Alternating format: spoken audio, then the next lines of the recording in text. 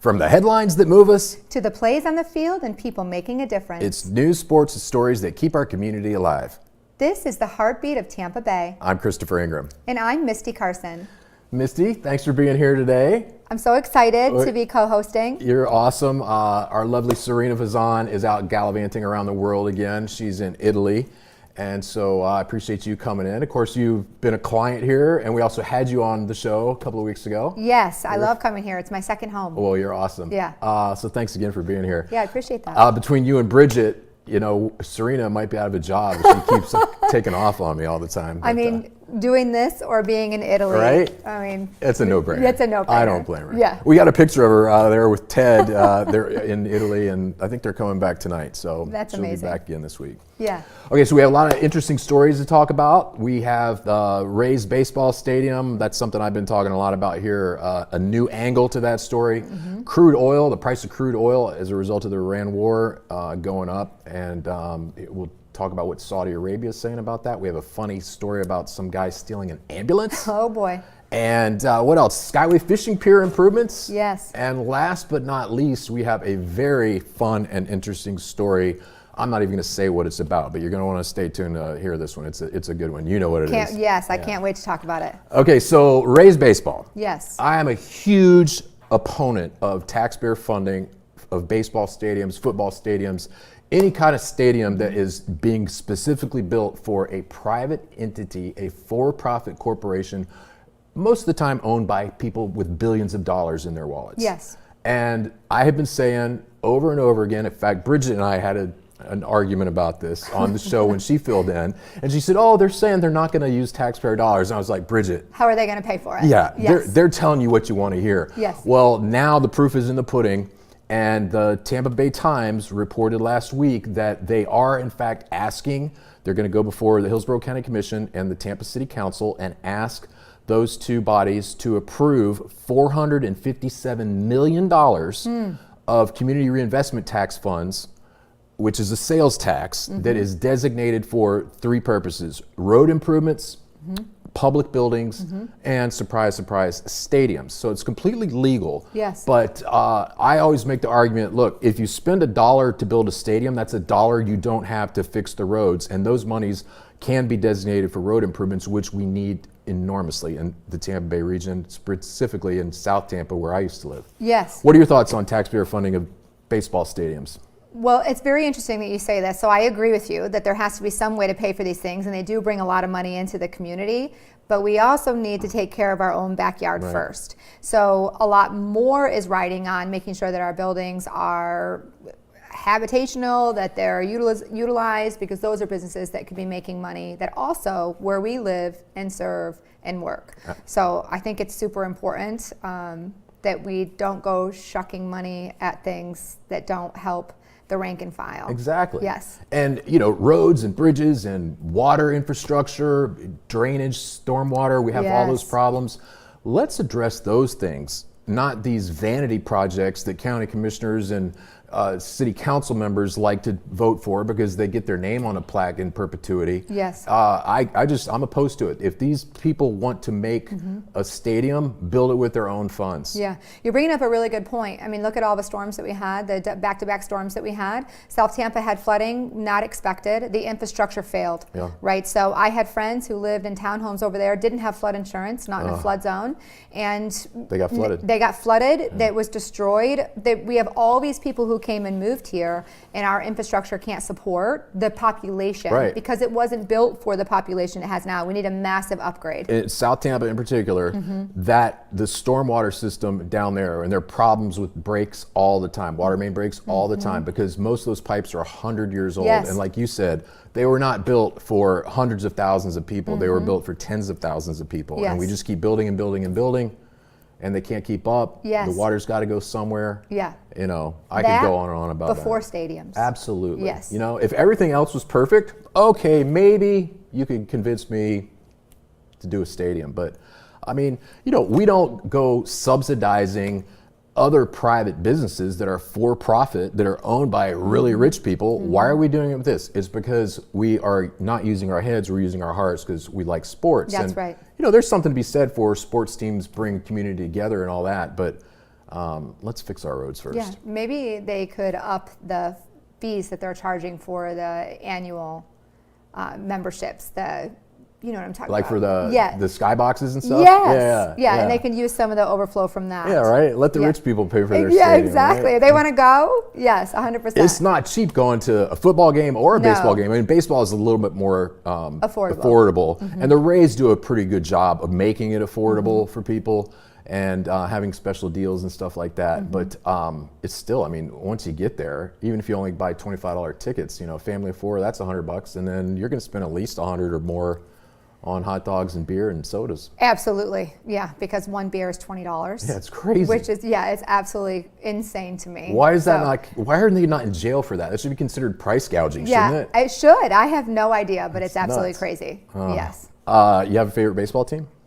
Detroit Tigers. The Tigers, yeah. I'm from Michigan. Yeah, I know so, you're from Michigan, yeah. I have seen them play all over the country, and that's been really cool. That's cool. Yes. All right, go Tigers. Yes. Okay, another big story, oil. The cost of oil has just gone through the roof as a result of the war in Iran, the Straits of Hormuz being blocked. They say 20% of the world's crude oil comes out of that strait, and it's only a few miles wide, and so it's very vulnerable to attack from the Iranians. What are your thoughts on gas prices right now?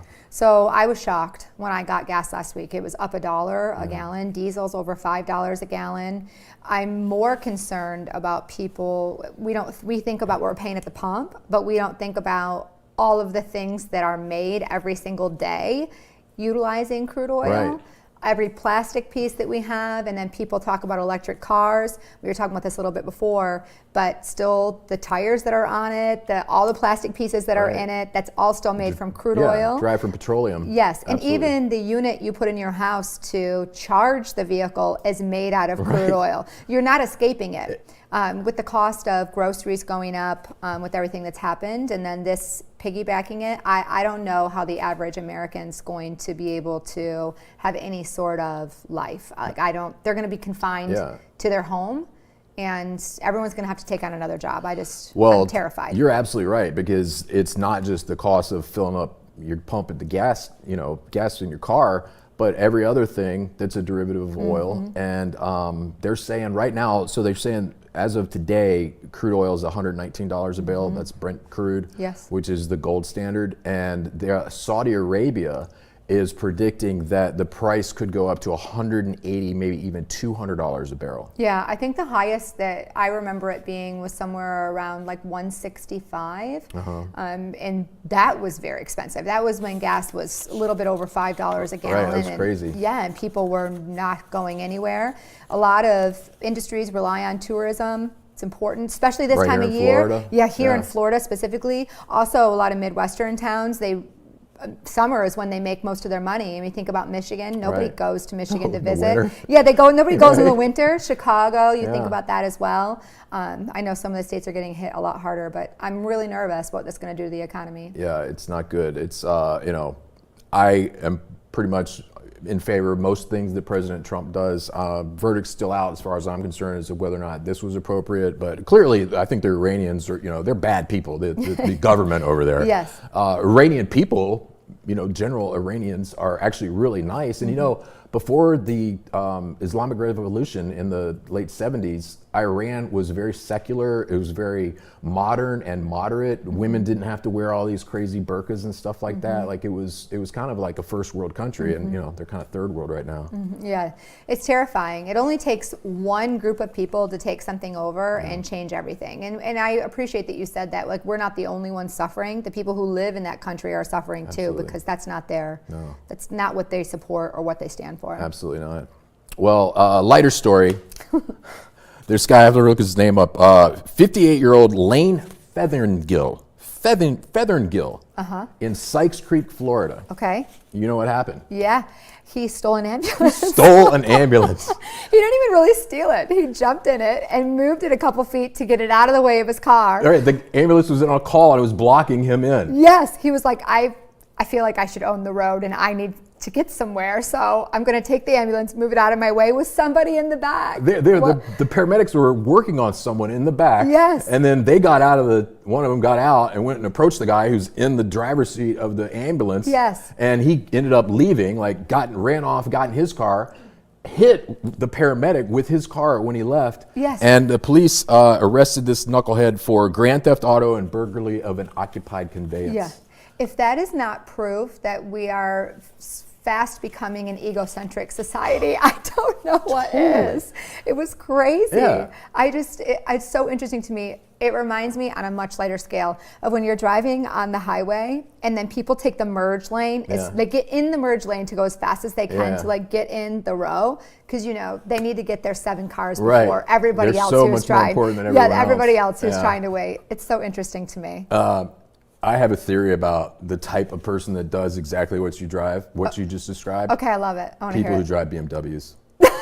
I drive a Mini Cooper, which is a BMW. I don't consider that a BMW. That is so funny. No, I don't consider. I knew you drove a Mini Cooper. Yeah. Your car's cute. I don't consider that a BMW. Yeah, and I would never do that. Like I just wait my turn. Right. I let people in. I'm like, if we all zipper, folks, if everybody just zippers, Right. we'll all get there a lot faster. Exactly. Yeah, it's too fun. Right, and you're talking about like, Yes, one in, like one out, one in, one Yeah. out, one in, one but out. the entitlement attitude that people have. It's crazy. That's beyond. Yeah. That is like a whole nother level. I mean, that man better be having like some sort of glycemic issue with his insulin, or somebody was dying that he needed to get to, or something, because It's nuts. It's nuts. Right? I mean, Yeah. you talk about waking up and making a bad decision. Yeah.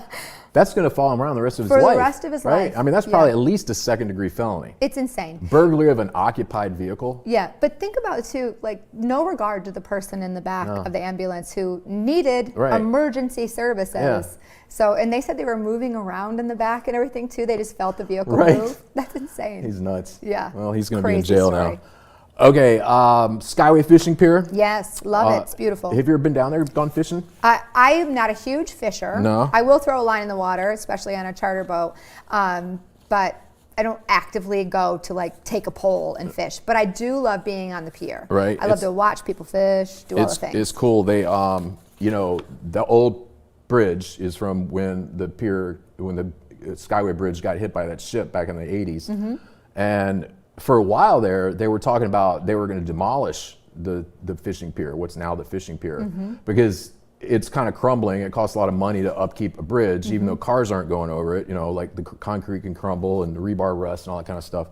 But it looks like the state's taking an about face. I don't know how long ago, but they're based on Governor DeSantis, who was in town the other day. He said they're going to improve the bridge by, I think they said they're going to expand one side of it. The manatee side. The manatee side. And the Pinella side, they're going to do some improvements to. Yeah, including putting in lights. Because it's really dark on that one side. Super important. Yeah, it's so interesting. We don't think about this, but every time I drive over the Skyway, it's just absolutely packed.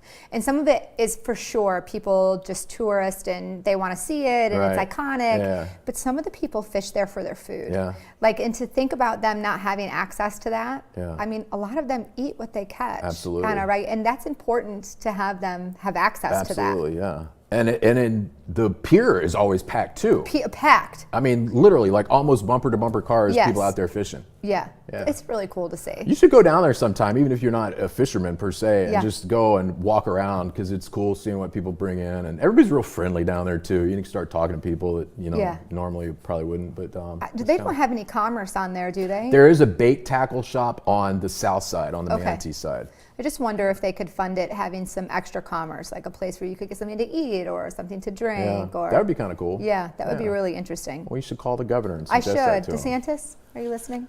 Call me. Call her. Yeah, call me. Okay, last funny story. This one really takes the cake. Have you heard of in southern England, they have a wife carrying contest? Wife carrying contest. Yes. They literally, men will carry their wives. Most of them, they said, throw them over their shoulder. We got some pictures we're going to throw up on the screen. And they carry their wives through a grassy knoll and up and down a little hill and stuff. They encourage them to wear silly outfits and things like that. Yeah. But you don't actually have to carry your wife either, right? No, you can carry somebody Carry- else's you wife. Carry somebody else's wife.